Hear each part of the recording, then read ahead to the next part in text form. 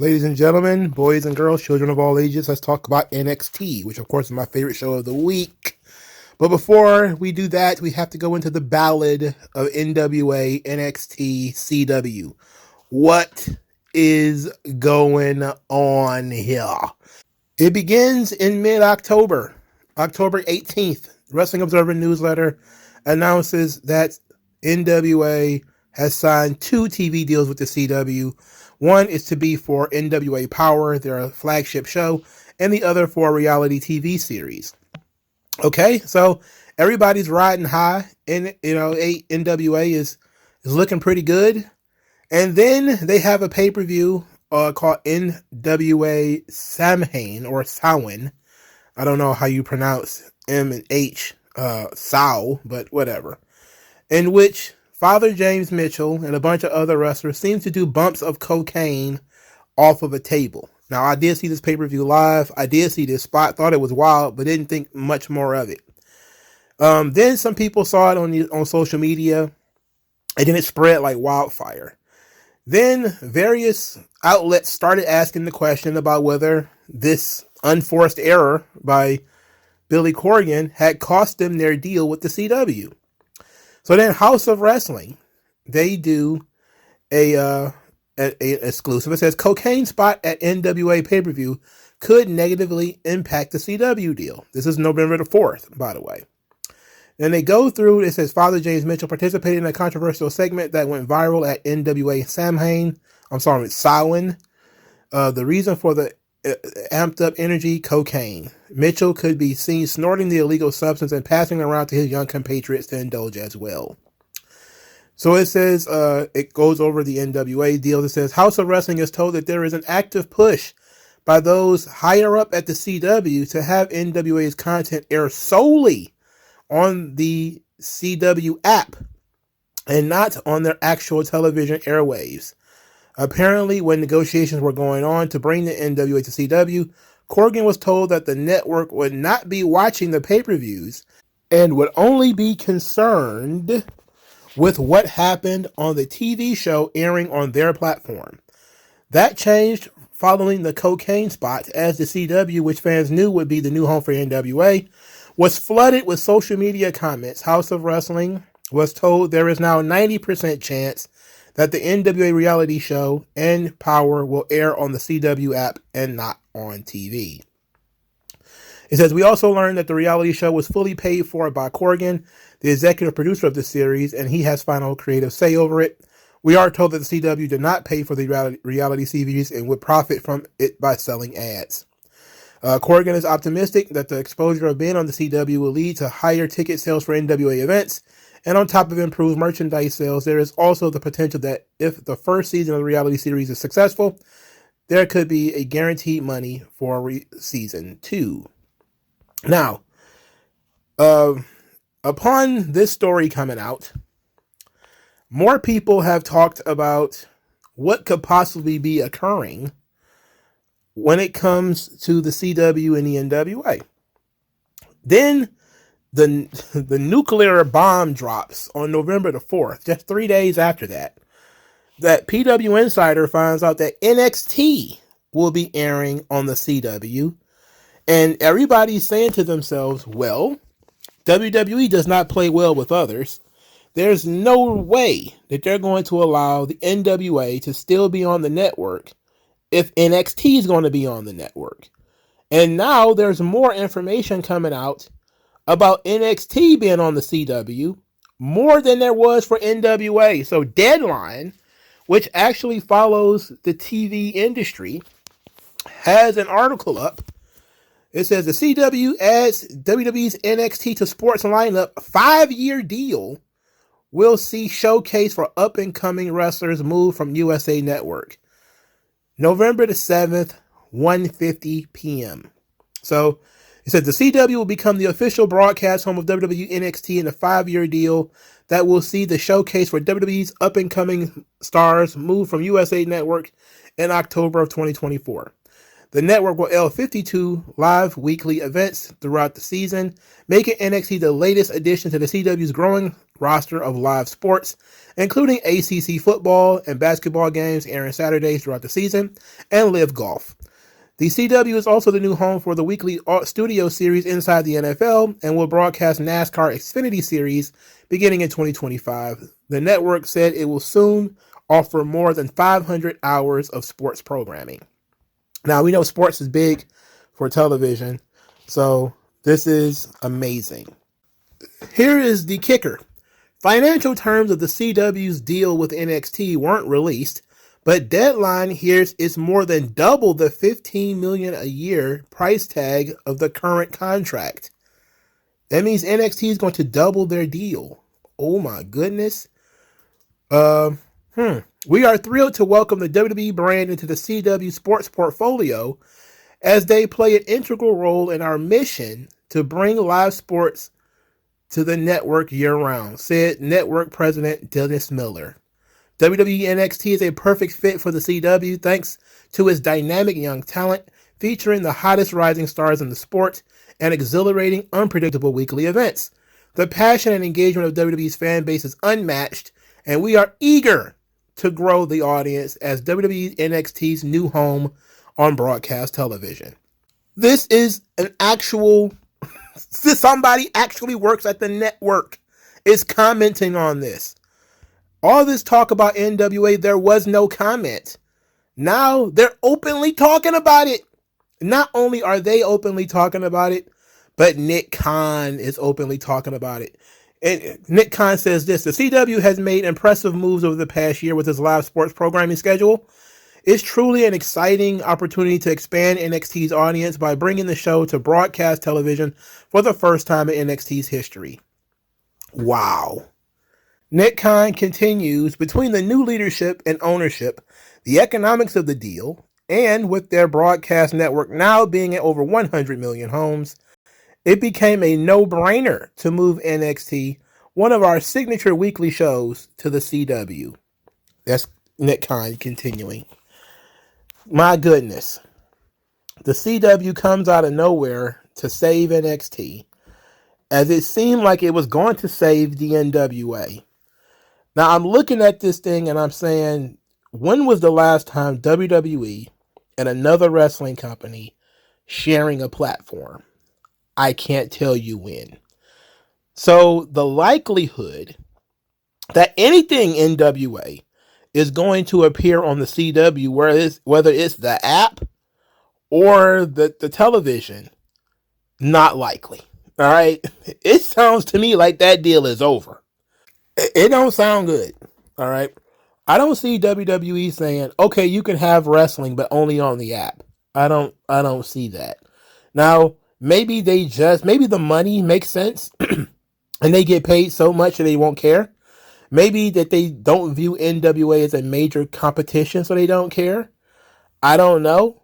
But I'm thinking, but then again, Vince ain't running the company anymore. Maybe they are a little bit softer. Maybe they're a kinder, gentler WWE now. They're getting sued by MLW and all this kind of stuff. Maybe they say, you know what?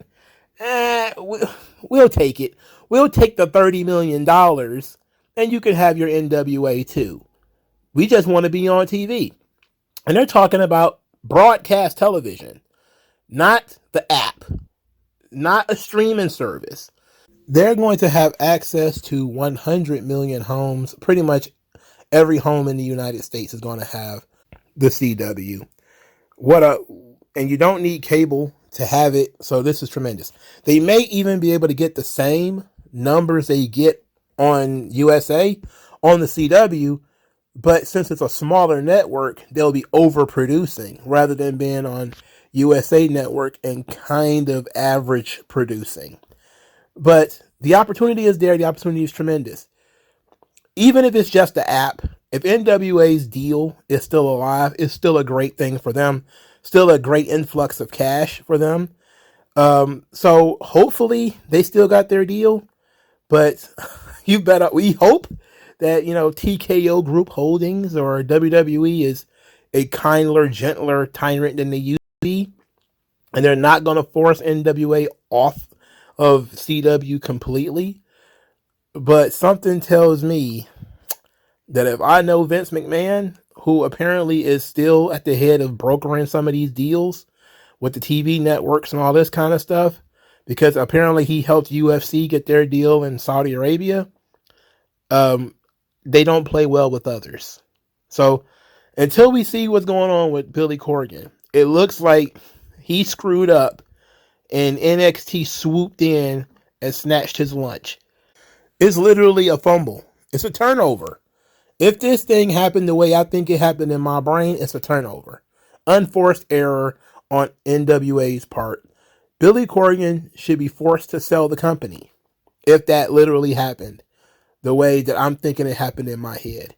But I understand that it's just inside my head. I'm not projecting at all.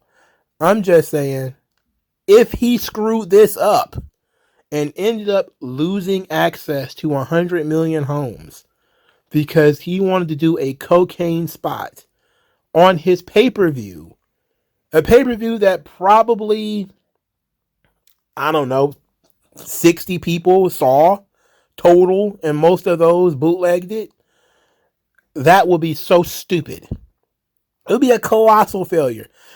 That would be only something that you would do if you were trying to fail. If you were working very hard to lose money and to fail, you would do something that stupid.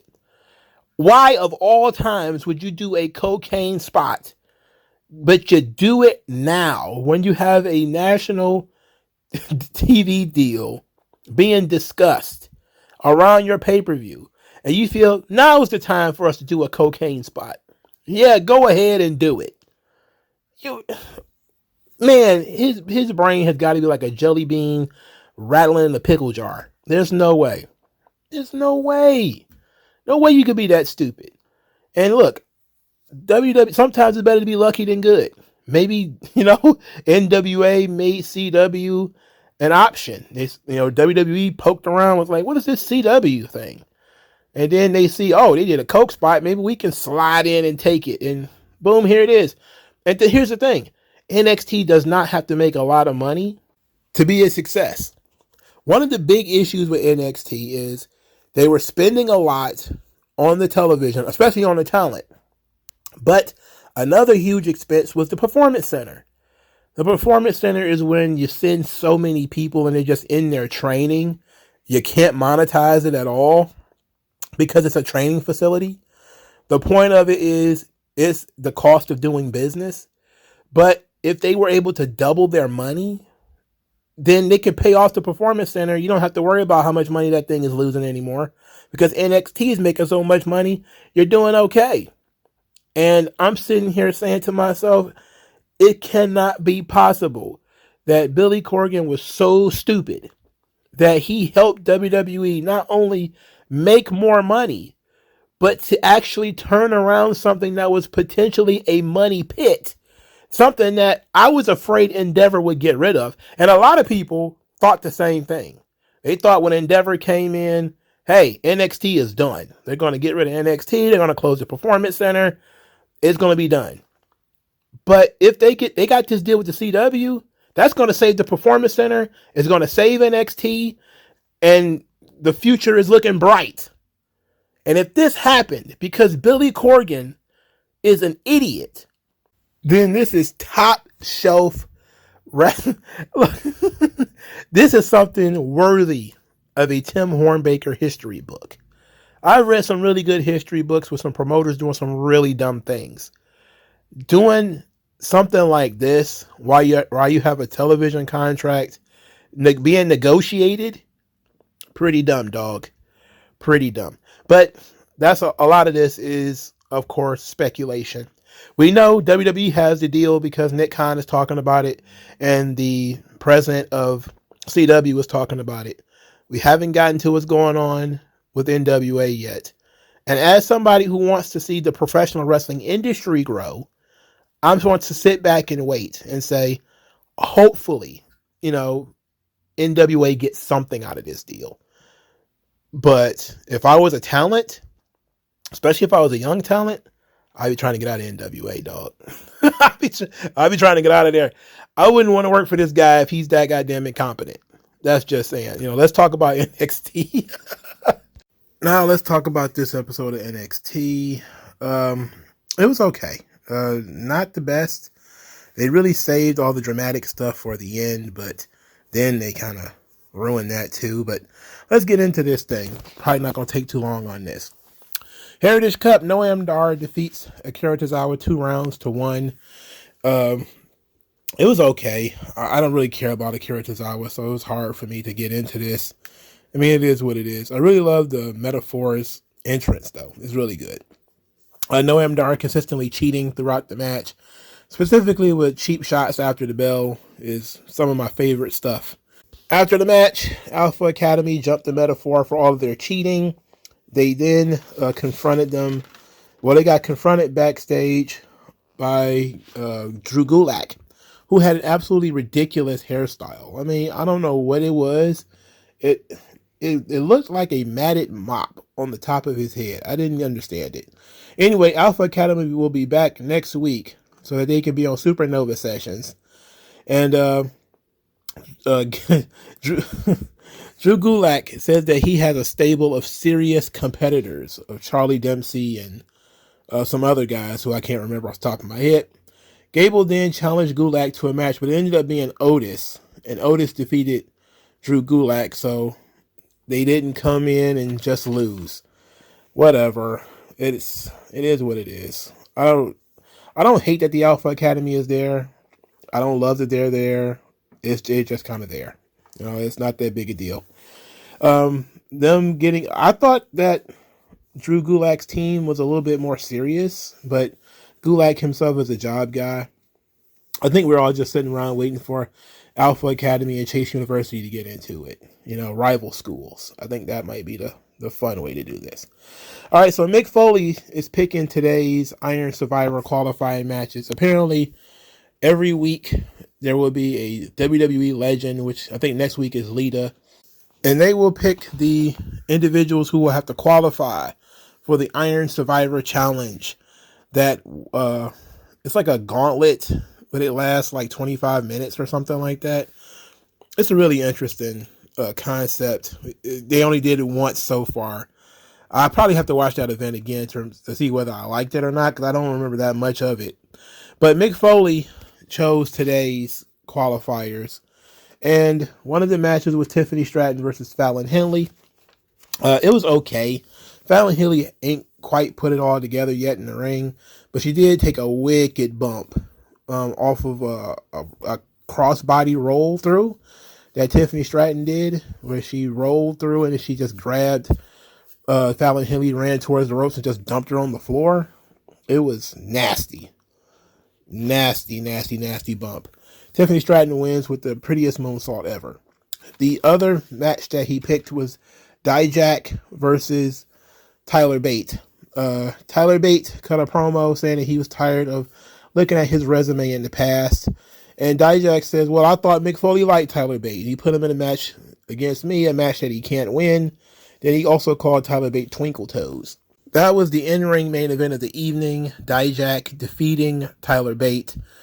Tyler Bate, there was some discussions on, I think, Twitter. Yeah, it was Twitter. About how long Tyler Bate has been in NXT. That he's been in NXT since he was 19 years old. He is now 26. So people are saying like, wow, he's been in developmental almost as long as Aaliyah. Almost as long as Sean Spears was. He's been in developmental for a really long time. And I don't disagree. I know a lot of people, have been a big fan of Tyler Bate, but he's just so damn boring. As a personality, he is so boring. He adds nothing to the show. This is why I was campaigning over a month ago to turn him heel. But since it doesn't seem like it's ever going to happen, I gave up. I don't care. This kid's entire adult life has been under WWE contract. He definitely needs to reinvent himself. He needs to quit or something. Something's got to shake. I mean, he's undersized, so WWE already is not going to take him seriously. At least that was his, an excuse before. Is Vince probably wouldn't have pushed him because of his size, even if he was a good talent. He was just too damn short. But now Triple H and Shawn Michaels are there. They're more sympathetic to short guys. But this stuff still is not clicking. I mean, it's coming across like him and Trent Seven were like the English version of Johnny Gargano and Tommaso Ciampa. You know, they got rid of Trent Seven, but they kept Tyler Bate. And now this guy's been on this roster all this time. Him and Noam Dar have been around for so long. But unlike Noam Dar, who at least was on the main roster for a short amount of time in that cruiserweight division, Tyler Bate has never been on the main roster for an extended period of time. And if anybody needs to be called up and done something with, it needs to be him. He needs to get cut or he needs to get called up. I'm not under any illusions that they're going to do either one of them or turn him heel or try to make him interesting in any way. He's in the role that he's going to be in. Perennial mid-carder, has good matches and loses. I don't care. I really don't care. All right, Lola Vice, she's backstage and she's gloating about winning the tournament. Her acting is very bad. Kalani Jordan got in her face and said that she wouldn't have won without Elektra Lopez's help. Ariana Grace, is trying to be a mentor. She's trying to be a positive, motivational influence. She gets told to shut up. Roxanne Perez comes onto the screen, tells that just because Lola Vice won the breakout tournament doesn't necessarily mean she's going to become the champion. The crowd booed Roxanne Perez upon seeing her face. So it's not what she was saying. They just don't like, they're turning on Roxanne Perez all of a sudden. Big turn. Heel turn by the audience. They're going to force it. Roxanne Perez and Lola Vice speak a little Spanish to each other. So now we got some more Spanglish running around here. All these Spanglish superstars running around now. This led to a tag team match later in the day. Elektra Lopez and Lola Vice are defeated by Kalani Jordan and Roxanne Perez. Kalani Jordan actually pinned Lola Vice here, so they're actually keeping this thing going. I'm okay with that. I'm not thrilled that Lola Vice was the one who got pinned, but I understand why they did that. Ariana Grace gave a heartfelt message before the match, which I don't know if she's a babyface or a heel. It seems like she's trying to be a heel, but people like her because as she announced the winners of the match, she said, and the real winners were all of you, meaning the fans. And then she got attacked from behind by Miss MMA, Carmen Petrovich, who told her to shut up again. And she got booed for attacking Ariana Grace from behind. So I was like, interesting. Real interesting. But, it was okay. I like Lola Vice. She's going to have to become a little bit more natural in terms of cutting promos. Kalani Jordan is just a phenom in terms of, her athleticism. Roxanne Perez, well, I guess we're just going to have to let people hate her because she's the girl version of Tyler Bates if she ain't been there that long. And she got pushed super fast and now she's still there, still doing, I guess most people expected her to get moved on so far and it hasn't happened yet. But she's still like 21 or 22. Like she's got some NXT time under her, under her waist to spare. And there's no need to rush. All right, Lyra Valkyria. She came out and cut a very boring, plain babyface promo about how the building was magic and she beat her hero, blah, blah, blah, blah, blah. It was terrible, if we're being honest. But she said she's not the only one that wants to live her dream. Everybody got their eyes on her. She knows she got a target on her back. And then Xia Li comes out through the crowd. And I was like, this is interesting. Xia Li's probably just going to kick her in the head and this is going to be great. Nope. They promo battled. All right. So Xia Li talked about knocking out Becky Lynch, who of course is the hero of Lyra Valkyria. Then she says that Becky Lynch told her if she wanted a title, she needed to go and get one. So now she's going to take Lyra's. So Lyra got in her face, and then security guys and a bunch of other people started getting in the way. So Xia Li kicked the security man in the head, and of course he took a bump. Why she didn't kick Lyra Valkyria, I don't know. I mean, it would have made more of a statement if they didn't even get into a promo fight. It was just, as soon as Xia Li got in the ring, she kick Lyra Valkyria in the head. I mean, just do it immediately and just call it a day. I think the message would have been sent.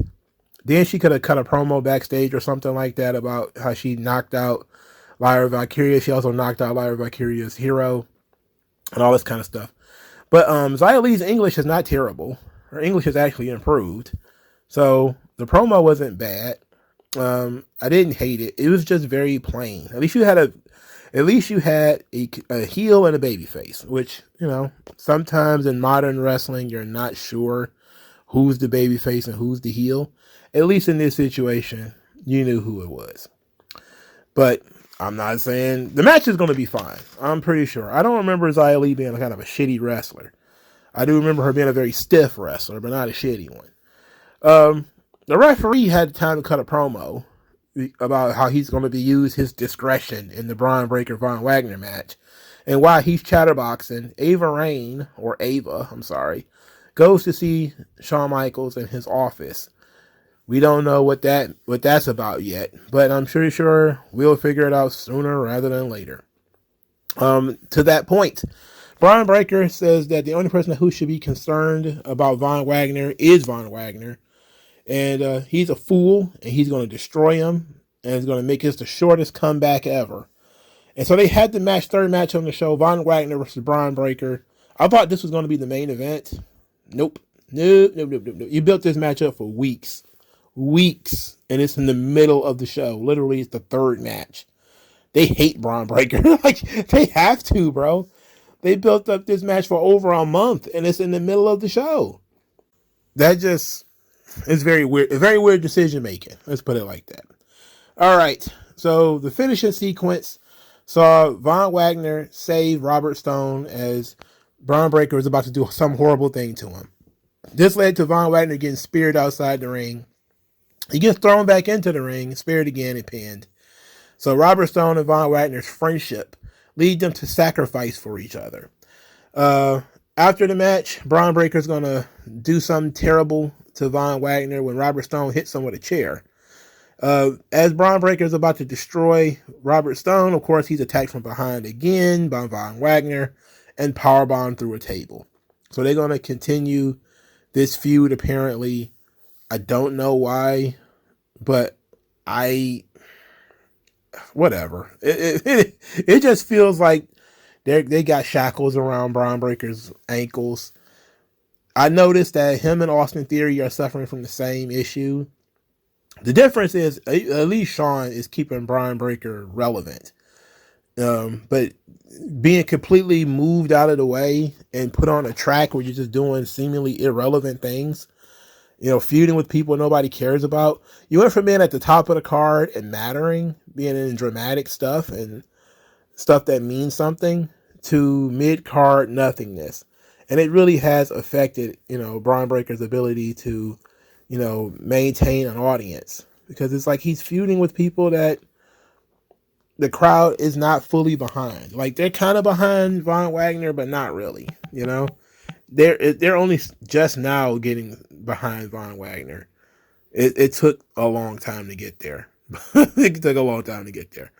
But now he's being powerbombed through tables. Okay. They want to try to make Von Wagner and Robert Stone look legitimate, so I'm guessing they're going to double back and try to run this one again.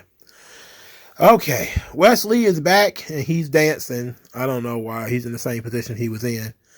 He said he felt like a hamster on a wheel, so he left. Now he's back. His mind's right, his body's right, and he's ready to win his title again. You mean the North American title. Baron Corbin showed up and said that nobody cares about Wes Lee, which I agree with. Corbin also said that Wes Lee cannot beat Dominic Mysterio, which I hope that never occurs. I don't hope Wes Lee never wins anything ever. Anyway, Wes Lee says that Baron Corbin is going to get his ass kicked by Ilya Dragunov for attacking him last week, but it'd be better if he did it himself. Baron Corbin basically laughed that off and went on about his day. Wes Lee, he was brought back for what? Again, same spot that he was in when he left. How dumb is that? Baron Corbin also watched Ilya Dragunov's promo. Dragunov mentioned that he used every gram of his energy to beat Carmelo Hayes, and he got dropped by Baron Corbin afterwards. He said his eyes are the windows to his soul, and now Baron Corbin has his full attention. Baron Corbin is on his radar, and the only person who can stop the dragon is the dragon himself. So Hank, Tank, Malik Blade, Idris Enofe, all these tag team guys who aren't doing anything, they all surround Baron Corbin as he watching this promo, and they're like, yeah, Dragunov's kind of mad. He's kind of mad, dog. What you gonna do about that? Baron Corbin said that these guys will never amount to anything because they're afraid of pissing people off. And that's a good point. That's a pretty good point. You do need to step on some toes sometimes in order to get where you want to go. I don't know what's the point of like having these guys stand around, you know, like, oh man, Dragunov, he's going to kick your ass, Corbin. I'm like, I don't know, man. Maybe I should kick your ass? I mean, who are all these people anyway? Who are these guys? You know? These guys ain't doing nothing on this show. Next, we got Joe Gacy. Joe Gacy's hearing voices in his head. Says that people used to call him a maniac. And he's on his own personal hill. He's not sure what to do. But maybe he does know what he needs to do. He's got a septum ring. And that's the unified, universal sign of mental illness. Having one of those goddamn bull things in your nose, I cannot take you seriously as a human being if you have one. So Joe Gacy's got one. I 100% believe he hears voices. I 100% believe he's on SSRIs. I 100% believe that he's a nutcase. A lot of people on the dirt sheets seem to think that he's going to reform this stable he had in Evolve called the Unwanted. But Kobe Carino, Eddie Kingston, and a bunch of other people who got fired were also in that stable, but those people aren't existing. Well, I guess they own the name because they own Evolve. So he's going to form a new stable? I don't know. I don't know what they're doing. But they're slowly but surely going in a different direction with Joe Gacy. About, you know, now he's just a general psychotic. And he tried to be something else, but he is who he is, and that's all he can be. And I'm like, okay, sure. Now, a segment I actually did like because it continued a segment that took place a couple of weeks ago. Tiffany Stratton and Kiana James.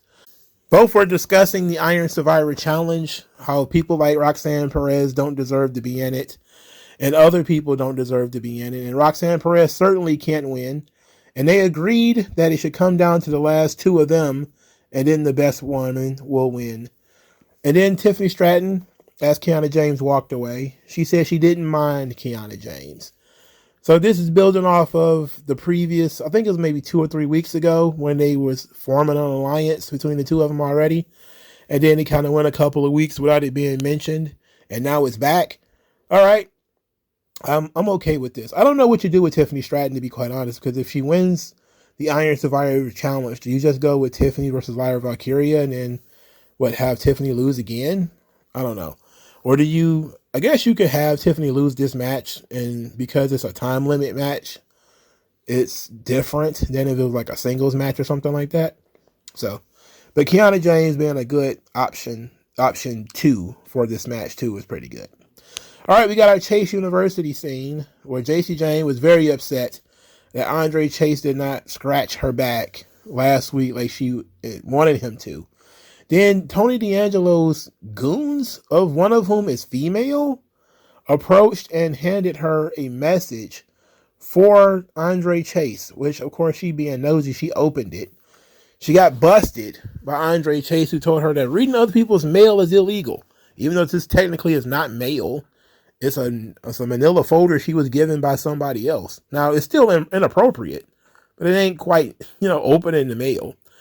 Anyway, JC did look into it and saw something.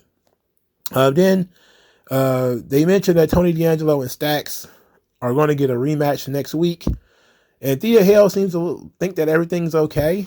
That JC Jane and Andre Chase are good buddies and they're getting along. And she's still hanging with the team. I thought this was going to lead to her leaving. But I guess we're doing the scenic route on this. Now JC Jane knows something about Chase University. And she's going to use it against them for what it seems like. So Andre Chase, once everybody leaves, he opens the folder. We don't get to see what it is in the folder, but we see something is in there. And it's got him all bent out of shape. So he's being blackmailed, threatened, something to that effect. Ought to be interesting, I guess. But Tony D'Angelo's his squad is now on full intimidation mode. Like they're trying to intimidate Andre Chase and everything. But I'm okay with this. The acting, it's always very shoddy. But none of these people are like trained actors, so it is what it is. But I like the idea of JC Jane and Thea Hale subverting Chase University. And they should be mad that they lost. To me, that should be the crux of this thing. They should be certainly more mad that they lost. But I don't know. It is what it is. Trick Williams and Carmelo Hayes. Now, this was the show closing angle. Trick Williams did not show up until 9:45. So apparently he was just not watching the show, not at the show, didn't care about the show at all. Carmelo Hayes went to the ring and they did this thing face to face. Melo says that there's roadblocks in all these journeys and Trick Williams just hit a roadblock. And then he gave Trick Williams all the credit for his success, saying that without Trick Williams, there would be no Melo. Trick Williams said that he's always put Trick-Melo gang first and wanted to make sure that Melo never missed. And it's easy to be cool when you're the one taking the shots, when you're the one in the championship matches, you're the one in the main events. But what about when it's my turn to take the shot? Why can't you be there for me? So Carmelo Hayes says, look, I've always been there for you. I knew you were destined for greatness. When the NFL thing didn't work out, I knew you were destined for greatness. I have always seen greatness for you. So Trick Williams says, look, it's time for me to make my own moments. It's time for me to make my own main events. I'll put my heart and soul into everything. Your interests, you're helping you, all this kind of stuff. But where were you when I was attacked? And then we get this little nugget here that Trick Williams didn't see who attacked him. He never saw this person. So he tells the story that he was getting ready, and then he's got clubbed in the back of the head, and the first voice he heard was Carmelo's, and he got loaded up into the ambulance and taken away. Carmelo is like, so you didn't see who attacked you? And then Trick Williams is like, is that all you heard? Like, like that's all you're hearing right now? So as they're getting in each other's faces, Trick Williams asks Carmelo Hayes straight up, did you attack me? And before he answers, Lexis King, of all people, come out here, start talking about how much this is a paradox, and he's going to help them get to the bottom of this. So he throws out a suggestion that maybe it's not Carmelo Hayes. Maybe it's not who you think it is. Maybe it's somebody new. Maybe it's somebody trying to make an impact. Both Trick and Melo told him to kick rocks and beat it. He refused to go. Trick Williams kept telling him to mind his business while grown folks talking. They got in each other's faces. Lexis King then positioned himself between Trick Williams and Carmelo Hayes. And then he says, are you sure it was Melo? Are you sure? So then Trick Williams is frustrated. He throws a punch. Lexis King ducks it. Of course, Carmelo Hayes takes the punch to the face.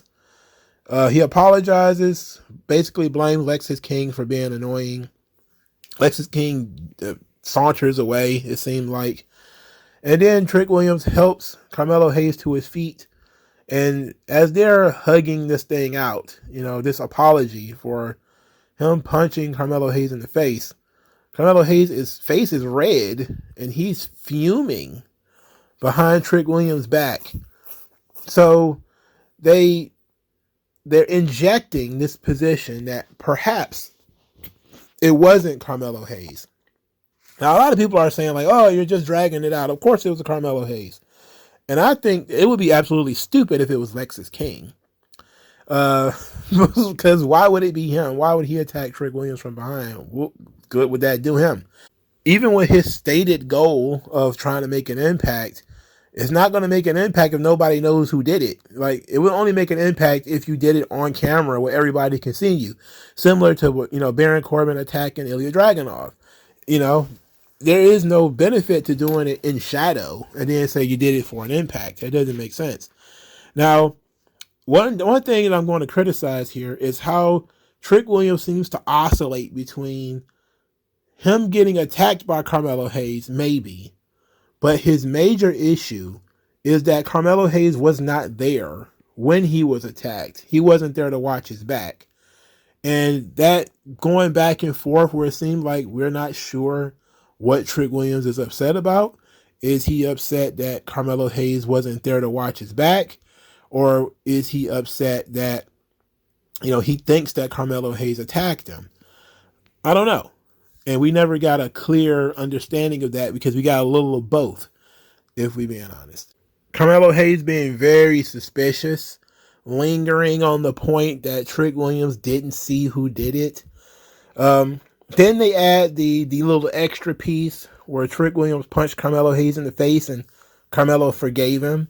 Even though he was fuming, he didn't seem to hold a grudge. He didn't push him away or anything like that, which is what you would think would have happened in this scenario, is that he would have got upset and he'd have shoved him to create more drama and more of a rift between the two of them. But it was doing like some... I didn't like the scene because they were doing high drama and then here comes this unrelated character and you're like, wait a minute, what do you got to do with this? And then at the end of it, we still didn't know what he had to do with this. We still don't understand why he was involved with this thing. And I feel like if we were going to have this be the show closing angle, it needed to just be Trick-Melo. At the same time, they're trying to drag it out, so they need somebody to interrupt the angle. I think this whole thing with this Lexis King is a red herring. Basically, they want you to believe that maybe he's involved with this somehow. And I kind of figured they was going to try to do that when he said, well, look what I've already done. He might be involved, but I don't think he was the guy who attacked Trick Williams.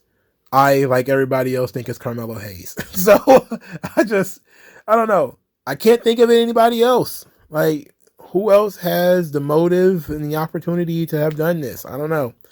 But we're taking the scenic route on this one, too. So, it is what it is.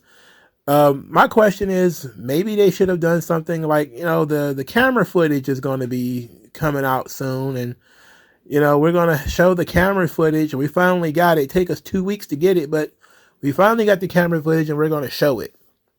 And then at that point, things would probably get a little bit over the top, That could be fun, where Carmelo Hayes either wants to see the camera footage or doesn't. And it's the exact same situation that happened with Triple H and Shawn Michaels, where it was a hidden camera that Triple H didn't know about, and then eventually, it was revealed that Triple H attacked Shawn Michaels. And I would imagine they're going to do the same thing here, where it's going to be some kind of video footage that's going to out Carmelo Hayes. And maybe him and Lexis King are working together. I don't know. Maybe he's working together with somebody else. I thought about that too. Like with the Stone Cold Steve Austin thing, one of the issues was, did the Rikishi. It was Rikishi, and then when nobody liked that, it was like, oh, Rikishi was just a hired gun. Well, you could do something similar in that regard too, where they do the video, and you find out that it wasn't Carmelo Hayes, it was Zion Quinn or whatever. And then you're like, why the hell would he do that?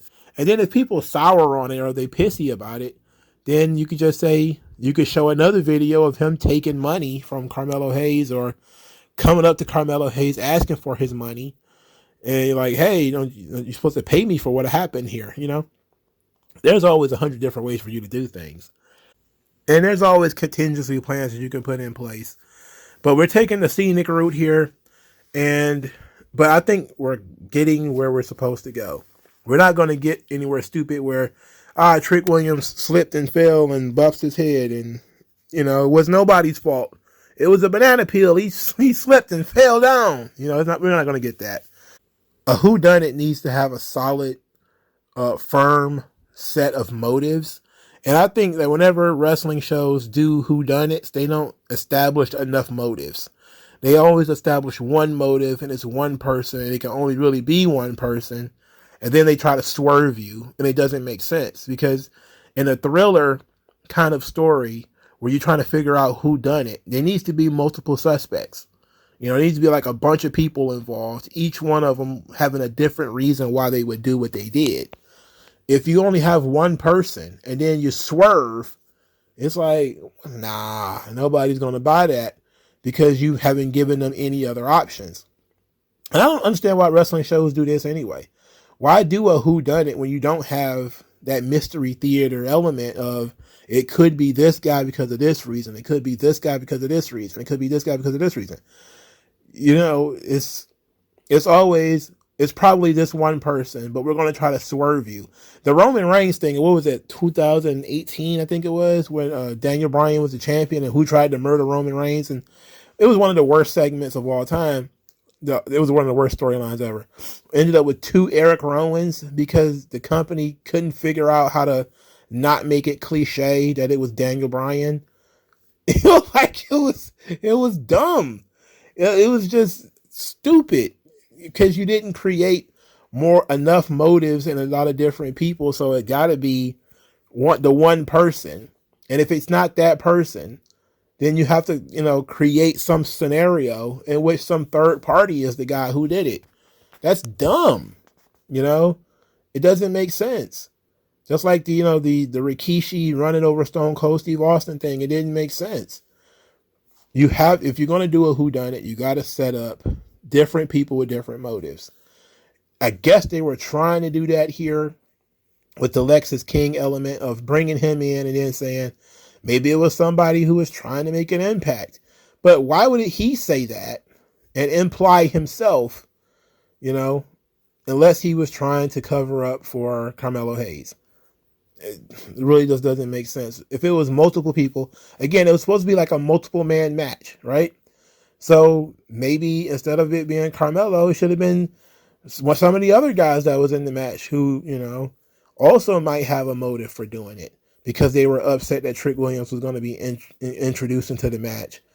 That could have been a greater storyline where every week Trick Williams confronts a different person thinking that they attacked him, and it ends up being Carmelo at the end of the day, because maybe there's evidence that they didn't do it.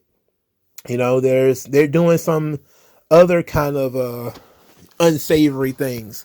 Like, I don't know who was in that match. I don't remember. So just for the sake of argument, let's say you took one of the guys and, Trick Williams hemmed him up, and the guy basically admitted that he was doing something else that was kind of dirty. Or, I was in the office with Shawn Michaels when you were attacked. That's one of the guys. Another of the guys is he's hanging out with, like, Kiana James, who's like a heel female wrestler, and they're starting to do a thing between the two of them or whatever, and he was trying to keep it on the low. Or, maybe something like that. Everybody has somewhere that they were. And every week that you find out this guy's with this person, this guy was not even in the building yet, this guy left to go get something to eat, this guy was in the bathroom, locked in the bathroom, this guy was attacked too. All these different things that you could use to tell the story and still get to the same outcome that they're going to get to anyway, but at least it would have been a fun way to tell the story. When they did the who was attacking the girls in the parking lot, they didn't really do much of anything in terms of the motive or anything like that. So that one didn't hit hard either. So they got to work harder on their whodunits. If you're going to do a whodunit, please have multiple suspects and then create entertaining things that kind of write off certain people because either A, they were attacked too, or B, they were doing something unsavory.